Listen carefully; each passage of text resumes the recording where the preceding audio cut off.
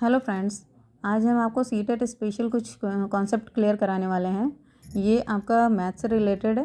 Maths की pedagogy का ये कॉन्सेप्ट रहेगा और मेरे बताए अनुसार अगर आप इसको पूरा पढ़ लेते हैं तो इससे आपका कम से कम 80% पार्ट्स जो है वो आपका क्लियर हो जाएगा और मैथ्स पेडागोजी में आपको कोई भी दिक्कत भी नहीं होगी। तो आइए शुरू करते हैं। गणित की प्रकृति के बारे में हम आपको बताने वाले हैं। जो गणित की प्रकृति होती है वो तार्किक होती है। गणित की जो संकल्पनाएं होती हैं वो अमूर्त होती हैं और एब्स्ट्रैक्ट कॉन्सेप्ट पर आधारित होती हैं। गणित की एक अपनी भाषा होती है कि जो गणित के लिए जैसे मापन वगैरह हम लोग यूज़ करते हैं तो ये सिर्फ मैथ्स में ही होता है। बाकी आप सोचिए हिंदी में इंग्लिश में हम लोग मापन नहीं करते हैं। तो इसलिए गणित की अपनी एक भाषा होती है जिसके माध्यम से सूत्र या जो फार्मूला प्रिंसिपल आदि का प्रतिपादन किया जा सकता है। गणित में आपकी निगमनात्मक विवेचन पर आधारित होती है, एक डिडक्टिव रीजनिंग पर आधारित होती है। जो गणित है हमारी वो निगमनात्मक विवेचन पर आधारित होती है, अर्थात पहले नियम देते हैं तब हम कॉन्सेप्ट समझाते हैं किसी को। अगर स्टूडेंट को हमें पढ़ाना होगा तो हमें पहले उनके नियम बताने ही पड़ेंगे, तभी हम उनको मैथ्स सिखा सकते हैं। गणितीय संकल्पनाएँ जो गणितीय संकल्पनाएँ हैं ये प्रकृति में श्रेणीबद्ध या क्रमबद्ध हैं। एक सीक्वेंस के आधार पर ही हम बच्चों को मैथ्स पढ़ा सकते हैं। मतलब अगर हम चाहें कि एक फर्स्ट या सेकंड क्लास के बच्चे को हम सीधे आपके भिन्न क्वेश्चंस ले आएँ या कॉस्ट थीटा वगैरह पढ़ाने लगें तो उसकी समझ में नहीं आएगा। तो हमें उसको पहले सम और ऐड ये सारी चीज़ें आपको पढ़ानी पड़ेंगी।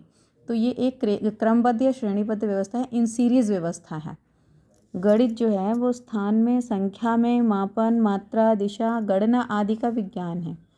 ये सारी चीज़ें जो हैं ये सब हम केवल मैथ्स में ही देख सकते हैं।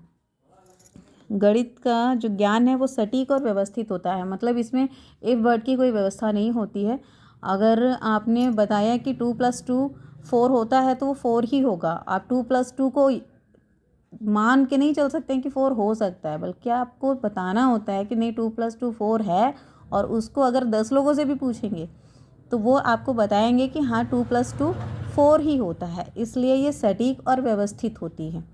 गणित जो है वो कई संरचनाओं का अध्ययन है। जैसे कि आप ज्योमेट्री में देखते हैं, त्रिभुज हो गया, चतुर्भुज हो गया, वर्ग हो गया, आयत हो गया, तो ये संरचनाओं का अध्ययन होता है। आइए हम देखते हैं वैन हिले का ज्यामितीय स्तर चिंतन का सिद्धांत। वैन हिले का ज्यामितीय स्तर चिंतन का सिद्धांत जो है, इसके अनुसार जो इनके लेवल्स हैं वो 0 से 4 तक हैं। मतलब लेवल के अनुसार इनके 0 से 4 है और जो स्टेप में गिनेंगे वो 5 हैं। इनके टोटल 5 कॉन्सेप्ट दिए हुए हैं, जिनमें से जो 0 लेवल है वो है आपका चाक्षुषीकरण, विजुअलाइजेशन। तो जो लेवल 0 है वो है आपका चाक्षुषीकरण, जिसमें कि बच्चे चीज़ों को सिर्फ जानते हैं। मतलब अगर आप एक छोटे बच्चे को दिखाएंगे तो वो अगर उसके सामने एक त्रिभुज का कॉन्सेप्ट आप लेकर के आते हैं तो उसने त्रिभुज में समोसा बना देखा है तो वो समोसा ही एक्सेप्ट उस चीज़ को एक्सेप्ट करेगा। अगर आप उससे पूछेंगे कि ये किस चीज़ का डिज़ाइन है तो वो बताएगा कि ऐसा समोसा होता है ना। और अगर आप उसको कोई गोला बना करके दिखाते हैं कि बेटा ये क्या है और ये कैसा होता है, तो वो आपको रोटी बोलेगा कि नहीं ये तो रोटी का डिज़ाइन है, ये तो ऐसा रोटी होती है ना। तो ये चीज़ें ये बच्चा देख करके समझ पाता है, तो वो उसको ये विजुअलाइजेशन का एक पार्ट होता है। तो ये आपका लेवल 0 होता है। फिर आता है आपका लेवल फर्स्ट। लेवल फर्स्ट में होता है विश्लेषण। जब बच्चा फर्स्ट लेवल पे आता है तो वो उस चीज़ को उसका विश्लेषण करना शुरू कर देता है, उसका एनालिसिस करना शुरू कर देता है। ये आकृति के गुणों के आधार पर वर्गीकरण कर पाता है। जब इसमें बच्चा होता है, ये आपका होता है करीब 5 साल से ऊपर का बच्चा, तब वो धीरे धीरे उसको जब बताते हैं कि बेटा ये आकृति इस चीज़ की है, ये आकृति किस चीज़ की है। अब हम अगर उसके सामने एक चौकोर चीज़ लाएंगे तो फिर वो ये नहीं बोलेगा कि ये बिस्किट है, वो बोलेगा कि हाँ ये चतुर्भुज है, ये टेबल हो सकती है और ये आपका मेज हो सकती है, ये आपका बेड हो सकता है। वो ऐसी चीज़ें बताना शुरू कर देता है, क्योंकि फिर उसका वो विश्लेषण करने लगता है। फिर वो सिमिलैरिटीज़ ढूंढता है कि उन आकृतियों के बारे में उनकी सिमिलैरिटीज़ ढूंढता है। फिर ये जो है, जो 4 भुजाएं दिखाई है आप उसको जब बुक्स में पढ़ाते हैं तो वो चतुर्भुज बताता है। 3 भुजाएं देख करके त्रिभुज बताएगा, फिर आमने सामने की भुजाएं अगर देखता है तो उससे आयत बताता है। तो ये सारी चीज़ें, ये कॉन्सेप्ट उसके दिमाग में आने लगता है। फिर आता है आपका लेवल 2, जिसे कि हम अनौपचारिक निगमन भी कहते हैं, इनफॉर्मल डिडक्शन, या फिर इसमें रिलेशनशिप का एक कॉन्सेप्ट आ जाता है। इससे बच्चे रिलेशनशिप बनाना शुरू कर देते हैं। ये बच्चा आपका करीब 8 साल से ऊपर का बच्चा होता है जो ये कॉन्सेप्ट बनाना शुरू करता है। इसमें आप उससे बोलेंगे कि आमने सामने की भुजाओं में डिग्री का इतना कोण इधर है, इतना कोण इधर है, तो फिर वो बोलेगा कि नहीं ये आयत है। और अगर उसको उसी तरह की 4 भुजाएं दिखाएंगे लेकिन चारों भुजाएं समान होंगी तो वो कहेगा नहीं ये वर्ग है, क्योंकि इसकी चारों भुजाएं समान हैं। ये इनका अनौपचारिक निगमन का सिद्धांत शुरू होता है। ठीक है।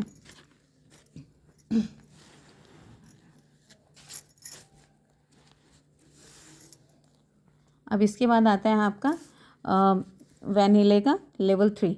लेवल 3 में आपका आया है औपचारिक निगमन।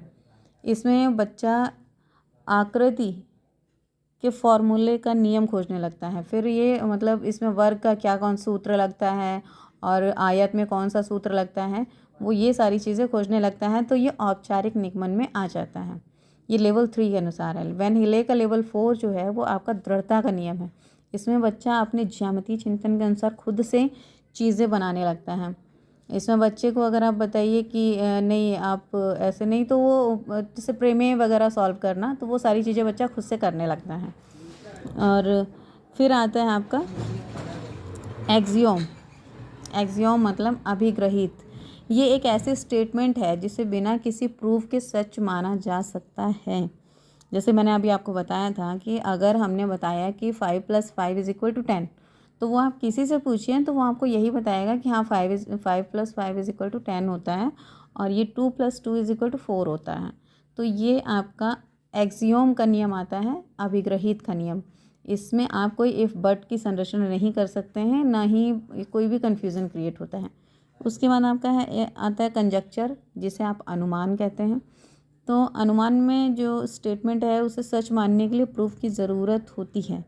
अगर आपने बता दिया कि लाल किला दिल्ली में है, तो फिर उसको क्लियर करने के लिए आपको कहीं ना कहीं से प्रूफ लाना पड़ेगा कि हाँ वाकई में लाल किला दिल्ली में है। तो वो अनुमान की चीज़ होती है। या फिर बता दिया हमने कि हमारा घर इतने स्क्वायर फीट का बना हुआ है, तो हमें उसे दिखाना पड़ेगा कि हाँ, जब बच्चा देखेगा कि हाँ ये इतना है और उसकी नाप करेगा, तभी वो मानेगा कि हाँ ये इतने स्क्वायर फीट का है। ठीक है। फिर आता है आपका थ्योरम।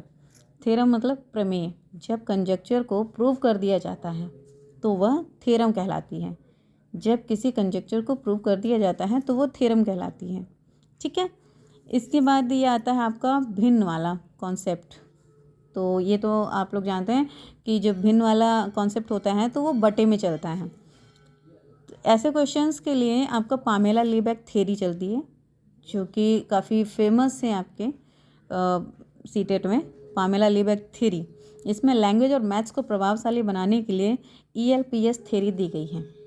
अब आप पूछेंगे कि ये ELPS थ्योरी क्या है, तो ये ELPS थ्योरी है आपकी experience, language, picture and symbol. मतलब आप बच्चे को एक्सपीरियंस के आधार पर समझा सकते हैं, उसकी भाषा के आधार पर सिद्धांत सकते हैं, फिर पिक्चर्स के थ्रू बता सकते हैं और फिर सिंबल्स के थ्रू बता सकते हैं। ये एक स्टेप वाइज वर्किंग है। इसमें सबसे पहले बच्चे को मूर्त चीज़ें, जो सबसे पहले बच्चे को मूर्त या कॉन्क्रीट चीज़ें लेनी होती हैं, फिर उस चीज़ के बारे में बताया जाता है जो कि लैंग्वेज के थ्रू होता है। फिर उसको हम दिखाते हैं जो कि पिक्चर्स के थ्रू होता है, और फिर अंत में उसका चिन्ह बताते हैं जो कि आपका सिंबल्स के थ्रू होता है। तो ये आपकी ELPS थ्योरी कंप्लीट होती है आपकी। ठीक है। ये आपकी पामेला लीबैक थ्योरी है, जो कि ELPS थ्योरी भी कही जाती है और आपके सीटेट में बहुत पूछी जाती है। ठीक है। तो फ्रेंड्स, अभी हम आपको और आगे बताते हैं। परेशान नहीं होइएगा, क्योंकि अगर वीडियो थोड़ी सी लंबी हो जाती है तो आपके लिए एक सोचिए कि आपका कॉन्सेप्ट ही क्लियर हो रहा है, तो आप लोगों को सिर्फ इसको देख लेना है। और ये आपका आ गया 2D शेप्स का कॉन्सेप्ट। जिन शेप्स की लंबाई और चौड़ाई होती है उन्हें 2D शेप्स कहलाते हैं। ठीक है। 2D शेप्स में ये मान के चलिए सिर्फ लंबाई और चौड़ाई, जिस आपकी आकृति की सिर्फ लंबाई और चौड़ाई होती है वो 2D शेप्स में कहलाते हैं, और जिसमें लंबाई चौड़ाई के साथ में ऊंचाई होती है वो आपके 3D शेप्स कहलाते हैं। तो ये भी आपका एक कॉन्सेप्ट ही है कि 2D शेप्स और 3D शेप्स में क्या अंतर होता है, या फिर आपसे पूछते हैं कभी एग्जाम्स में कि 2D शेप्स क्या है, तो आप बताएंगे कि लंबाई और चौड़ाई जिन शेप्स की सिर्फ लंबाई और चौड़ाई दिखाते हैं वो आपके 2D शेप्स होते हैं, और जिसकी लंबाई चौड़ाई के साथ में आपकी ऊंचाई भी बताते हैं वो आपके 3D शेप्स में आते हैं। ठीक है। फिर आपका आता है समुच्चयन, जिसे कहते हैं एग्रीगेशन या समुच्चयन, और ऑगमेंटेशन या संवर्धन। तो एग्रीगेशन होती है जब दो चीज़ों को जोड़ते हैं तो उसे एग्रीगेशन कहते हैं, और जैसे कि 2 पेन + 2 पेन = 4 पेन। ठीक है, तो इसमें हम ये एग्रीगेशन है। और ऑगमेंटेशन क्या होता है, जब एक चीज़ को बढ़ाया जाता है। जैसे हमने कोई चीज़ लिक्विड में ले ली, अब लिक्विड में हमने मान लिया कि उसमें दूध ले लिया, दूध में थोड़ा सा पानी बढ़ा दिया, तो जब हमने उसको बढ़ाया तो दूध की मात्रा बढ़ गई। तो जब हम मात्रा बढ़ गई तो वो एक ऑगमेंटेशन हो गया। आपसे कभी कभी एग्जाम्स में पूछ लेते हैं कि ये ऑगमेंटेशन और एग्रीगेशन में क्या फ़र्क है। तो एग्रीगेशन एक संख्यात्मक चीज़ हो गई और उसको आपने संख्या में जोड़ के बताया, लेकिन जो ऑगमेंटेशन है वो एक मात्रात्मक चीज़ हो गई। उसके लिए आपने मात्रा में बताया कि हाँ हमने 250 ग्राम दूध में 50 ग्राम पानी मिला दिया तो वो 300 ग्राम हो गया। ठीक है, तो ये चीज़ हो गई आपकी ऑगमेंटेशन। अब आती है गणित की मूलभूत संरचना। ये है आपकी गणित की मूलभूत संरचना। तो इसमें आपकी गणित की जो संरचनाएं होती हैं वो 3 प्रकार की होती हैं। आपकी एक होती है बीजगणितीय संरचना, और इसे एल्जेब्रिक स्ट्रक्चर भी कहते हैं। इसे एल्जेब्रिक स्ट्रक्चर कहते हैं। इसमें बेसिक एल्जेब्रा चीज़ें आती हैं, जैसे कि प्लस, माइनस, मल्टीप्लिकेशन एंड डिवाइडेशन। ठीक है, ये आपकी एल्जेब्रिक चीज़ें होती हैं। अब इसके बाद आता है आपका जो क्रमिक संरचना, सेकंड नंबर पे है आपका। ये गणित की मूलभूत संरचना का सेकंड पार्ट होता है, क्रमिक संरचना, जिसे सीरियलाइजेशन कहते हैं। इसमें किसी भी संख्या से कौन सा बड़ा है कौन सा छोटा है, मतलब से बड़ा और से छोटा, ये कॉन्सेप्ट बताया जाता है। फिर आता है आपका तल रूप संरचना। जो तल रूप संरचना होती है वो टोपोग्राफी कहलाती है। जो तल रूप संरचना है वो टोपोग्राफी कहलाती है। इसमें सीमा, समीपता या निकटता के कॉन्सेप्ट आते हैं। किसी भी चीज़ की सीमा नापनी है आपको या उसकी निकटता नापनी है, दोनों के बीच का डिस्टेंस नापना है, तो उन सब चीज़ें तल रूप संरचना आती है। ठीक है, फिर हम आपका लाते हैं जीन पियाजे का सिद्धांत। जीन पियाजे के अनुसार जो है बच्चा सबसे पहले संख्याओं का संरक्षण कंजर्वेशन करना सीखता है। जीन पियाजे के अनुसार बच्चा सबसे पहले संख्याओं का संरक्षण करना सीखता है, उसके बाद लंबाई लेंथ का संरक्षण, फिर वजन का संरक्षण, और अंत में आयतन वॉल्यूम्स का कंजर्वेशन करना सीख जाता है। फिर हम लाते हैं नॉलेज के एरिया में इनका स्टेटमेंट। जो जानकारी के क्षेत्र में इनका स्टेटमेंट है वो ये है कि संख्याएं जो हैं वो आपकी तर्कसंगत हैं, गणितीय ज्ञान से संबंधित हैं, जो कि लॉजिको मैथमेटिक्स ज्ञान में आती हैं। क्योंकि संख्या जो है वो आपकी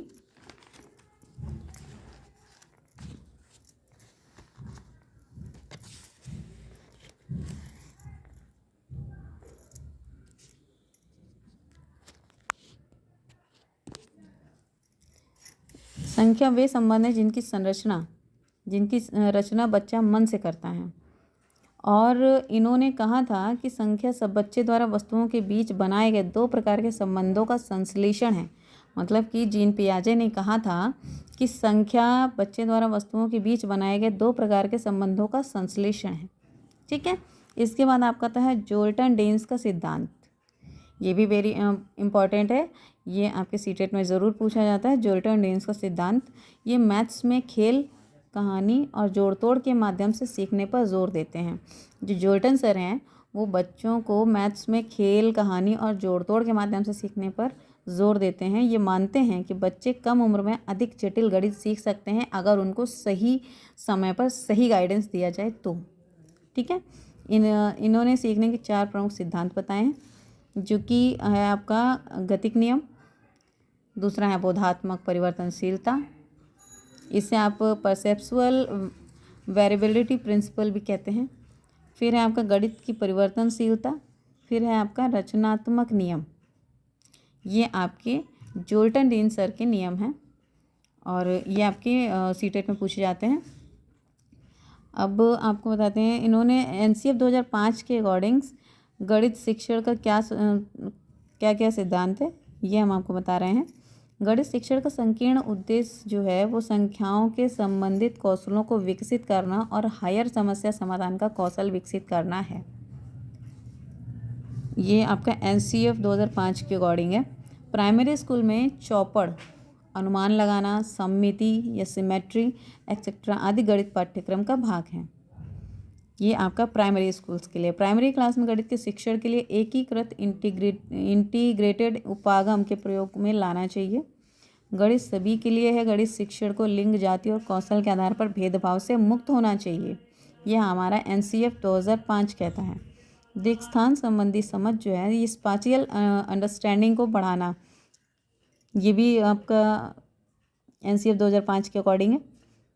गणित की शिक्षा का मुख्य उद्देश्य बच्चे की गणितीकरण की क्षमताओं का विकास करना है। प्रौद्योगिकी टेक्नोलॉजी गणितीय अन्वेषण में सहायता करती है और छात्रों को संलग्न करने में सहायक हो सकती है, मतलब कि छात्रों को व्यस्त करने में भी ये सहायक होती है। आप बच्चे को दे दीजिए 10 क्वेश्चन तो बच्चा उसमें दिमाग लगाता रहेगा, और उसे ये भी है कि हाँ हमें अच्छा करके भी दिखाना है, क्योंकि अगर वो अच्छा नहीं करेगा तो क्लास में उसकी इंसर्ट होगी और वो अपनी इंसर्ट कराना कभी नहीं चाहेगा। इसलिए ये एक व्यस्त करने में भी सहायक होने का साधन है। तो एक कैलकुलेटर के उपयोग की अनुमति विद्यालय की सभी परीक्षाओं में देनी चाहिए, ये एनसीएफ 2005 कहता है, लेकिन ऐसा है नहीं, क्योंकि अभी तक कभी भी किसी को क्लास के अंदर कैलकुलेटर यूज़ करने की परमिशन नहीं दी गई है। ये आपका उसके बाद में आता है आपका मापन। ये प्राथमिक स्तर पर लंबाई को मापने के लिए यूज़ होता है और इसका एक सूत्र है जिसके ये स्टेप वाइज होता है। इसका स्टेप है, पहला तुलना करना, फिर है अप्रामाणिक मापों का उपयोग करना, उसके बाद आता है आपका प्रामाणिक मापों का उपयोग करना और प्रामाणिक इकाई को विकसित करना। ये आपका कॉन्सेप्ट चलता है प्राथमिक स्तर पर लंबाई को मापने के लिए। और ये एक बार क्वेश्चन आपका सीटेट में भी आ चुका है, बल्कि एक बार नहीं, ये कई बार आ चुका है प्लीज़, तो आप एक बार इसको ध्यान से देखिएगा। फिर आता है आपका तुलनात्मक जमा, कंपैरिजन एडिशन। जब x के पास y के तुलना में कोई वस्तु ज़्यादा हो, यही तुलनात्मक जमा कहलाती है। ठीक है। फिर आता है आपका तुलनात्मक घटा। जब x के पास y के तुलना में वस्तु कोई कम हो तो ये तुलनात्मक घटा होती है। जब आपके पास एक के पास थोड़ी ज़्यादा चीज़ है, एक के पास थोड़ी कम चीज़ है, तो वो तुलनात्मक घटा में आ जाएगी। ठीक है। फिर आपकी है वैकल्पिक जमा। जो वैकल्पिक जमा है वो x के पास y से कितना ज़्यादा है, और दूसरी है आपकी वैकल्पिक घटा, तो x के पास y से कितना कम। फिर आप कंपैरिजन करने लगते हैं कि इससे कितना कम है, इससे कितना ज़्यादा है। फिर है आपका प्लस माइनस, मल्टीप्लिकेशन एंड डिवाइडेशन। ये फ्रैक्शन सिखाने के लिए सिखाया जाता है। इसमें कागज़ को मोड़कर खेल द्वारा सिखाया जाता है। ये आपका एनसीएफ के अकॉर्डिंग ही चलता है, क्योंकि बच्चों को आप मारना पीटना ये सारी चीज़ें नहीं कर सकते हैं, और आप उसको जितने इजी तरीके से सिखाते हैं आप उतने ही अच्छे और बेस्ट टीचर बनते हैं। ठीक है। गणित की भाषा और शब्दावली। जो गणित की भाषा है वो आपकी न्यूमेरिक है, इसको न्यूमेरल कहते हैं। यह एक नाम है जो सिंबल्स और नंबर्स को दर्शाता है। ये दो प्रकार के होते हैं, एक हिंदू अरेबिक न्यूमेर्स जिसे कि हम 0 1 2 3 4 की लैंग्वेज में पढ़ते हैं, इसमें प्लेस वैल्यू का कॉन्सेप्ट होता है। ठीक है। ये आपका प्लेस वैल्यू के आधार पर चलता है। और दूसरा होता है रोमन न्यूमरल्स। जो रोमन न्यूमरल्स जो होते हैं उसको आप प्लेस वैल्यू का कॉन्सेप्ट में नहीं ले सकते हैं। गणित की भाषा सरल और बोधपूर्ण होनी चाहिए, ये आपका एनसीएफ 2005 कहता है। ठीक है।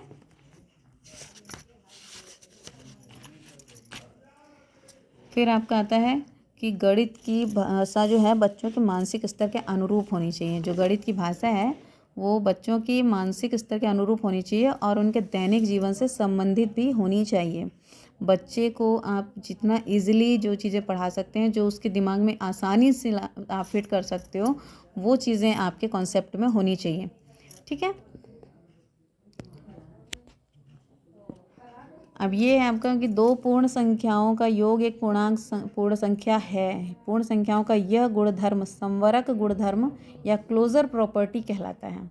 ये भी आपका 2020 के सीटेट में पूछा गया क्वेश्चन है कि दो पूर्ण संख्याओं का योग एक पूर्णांक पूर्ण संख्या है। ये पूर्ण संख्याओं का यह गुणधर्म संवरक गुणधर्म या क्लोजर प्रॉपर्टी कहलाता है।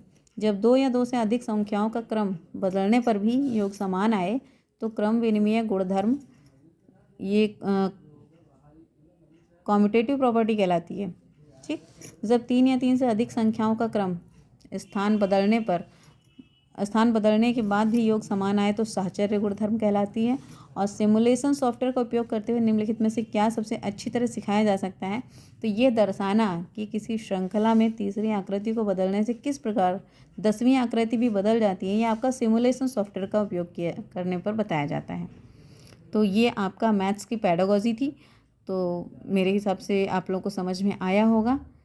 तो प्लीज़ आप लोग बताइएगा ज़रूर कमेंट में। ठीक है। Thank you.